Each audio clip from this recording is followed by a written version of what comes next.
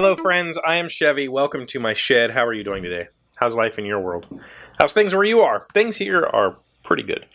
It is day 5, I don't know, of my tapering off Alexa Pro, and today I feel pretty normal, actually. My head's not cloudy. My emotions are stable, so I'm doing fine, actually. Much better than I expected to be at this point in the tapering process. Also, probably a little false confidence with that. You know, I'm still going to stick through the routine that my doctor set. My doctor set me on an extremely aggressive tapering routine. I went and did a little research, and the standard recommended model is a 5 milligram taper with 2 weeks at each level. I went for a straight 10 milligrams. Like bam, for 2 weeks, and then another 2 weeks at 5 milligrams, and then that's it. So that's very aggressive, but I feel comfortable with it. I'm just going to do what she says and feel confident in her ability to be a doctor. And so it's not bothering me nearly as bad as I thought it would. I don't have anxiety about it at all, which was my main concern. I've always been a fairly anxious person. And that being said, today, I got off on this tangent today at work. I read a thread on Hacker News that was, what's your failed startup story? And I have so many failed startups, so many ideas that I've tried to launch businesses around, and they've all crashed and burned. And I don't even know where to begin telling my failed startup stories. But it got me thinking a lot about what it is that motivates me to even try in the first place, and the trying in the first place is the thing that motivates me. I think the trying part is what gets me excited, and then I do it, and then inevitably there's very little feedback. That's how almost every single business ever starts, is you just don't have the traction that you thought you were going to have, and at that point I lose all interest in it. It's the starting part that excites me. It's the get going part that gets me going. But once it's going and there's no traction, I lose all interest in the project. And so, like today, for instance, reading that put me in a mindset where I was like, man, I really need to do something with pepahana. I haven't touched it in a week. And part of that was that there is no traction. Nobody's using it. I've posted it in every place that I can think of to find early adopters. I've asked for help, and nobody's using it, and that's fine. I understand the fact that the software that I have created is not exactly useful, but it's also, I've only been on this software for a month. I've only put maybe 15, probably more like 20 hours total into it. Probably more like 30 hours into it. So it's not like I've done all this work and I need instant gratification. That's not it at all. There's still a ton more work to go. But the fact is, I probably should have just let it sit in my personal workspace for a while before actually asking for people to help. And by help, I mean use it. Having users using it and sending me feedback is what I need. That's how I function. But without that, it just kind of sat. And the fact of the matter is, I hit this point where what I was doing, the way the information was presented was not the way I wanted it presented, and I didn't know how I wanted it presented. That's the other problem. And so I just kind of put it aside for a little bit and let myself think about it. And then reading this article today motivated me to finish at least the last bit of functionality for entering information that I needed.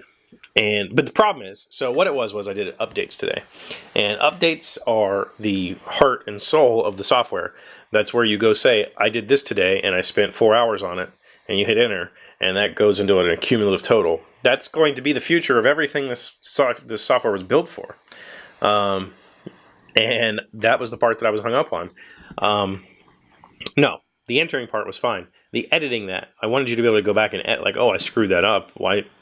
You should be able to go back and edit that. So the editing part is where I was getting hung up. And because all of the rest of the software, when you go to add a new project or edit a project, it takes you to a page and you do that and you hit enter, and then it takes you back to where you were. And that's fine for stuff that you're not constantly working on. But when you're working on an update, you shouldn't have to go away from what you're doing to come back. So I wanted it to be like a pop-up window. You hit edit, it pops up, you edit, you hit enter, and it's done. And so I implemented that today, and I really like it. I like it so much that I'm going to probably redo all the other edit and entry forms that way. So you don't leave the space where you currently are. You just get a pop-up, you do your thing, and then you move on. And so that means there's more rewriting to do. But I think it's going to be a much cleaner interface, a much cleaner user experience. And it's the right way. Once that's done, then I have to start working on tools to get the data back out of the software. Currently, you can just view it, but there's no way to really get the data out.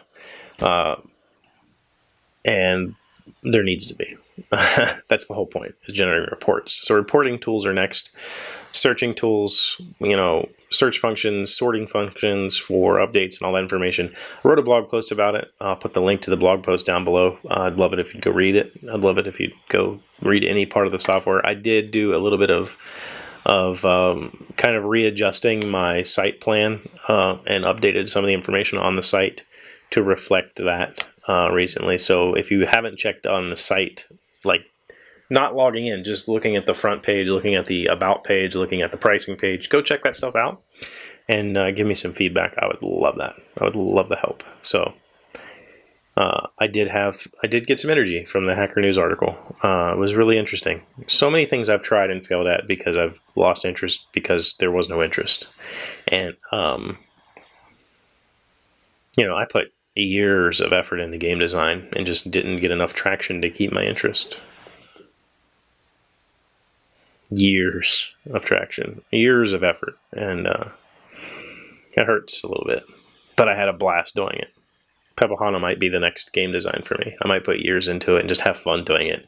And at the end, the best part about it is with Pepahana, at the end, if nobody uses it, nobody ever wants it, it's fine. I have a really solid code base to show potential clients, potential employers, potential whoever, look, I built this. This is my thing.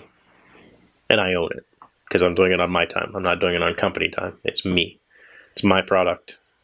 Even if nobody ever uses it, I did it. And that's important to me. So it's also important to me to follow through. Hell, this is the 620, something episode of the show. This is, by all intents and purposes, this is a failed startup. This has not made me any money. This has lost me significant amounts of money on the equipment, the microphone, the time, the energy requirements. This show is a failed startup. This channel is a failed startup. It does not generate income. I also don't care if it ever does. And I do it now because it's cathartic. And I think that's more important than measuring value of a startup in dollars. I don't know. Maybe I'm just talking off the top of my head because the medication has me a little bit crazy right now. But I also feel really happy and really normal. And I'm not at all anxious about any of the things that are going on in my life. And that was why I started the medication in the first place. We'll see what happens in the next couple of weeks, and then I'll shift down to 5 milligrams, and then we'll go off of it, and we'll see how I handle it. I hope you'll come along for that ride with me. Thank you for being here as always. Thank you for liking and commenting and subscribing and being my bestest friends and coming back every day and making me a part of your day. It really, really, really means a lot to me that you do that. I'll see you tomorrow. Hey, Doc, wait! I want to ask you something. Today's random fact comes from Wikipedia. How many types of bones are there? There are 5 types of bones in the human body: long, short, flat, irregular, and sesamoid. What?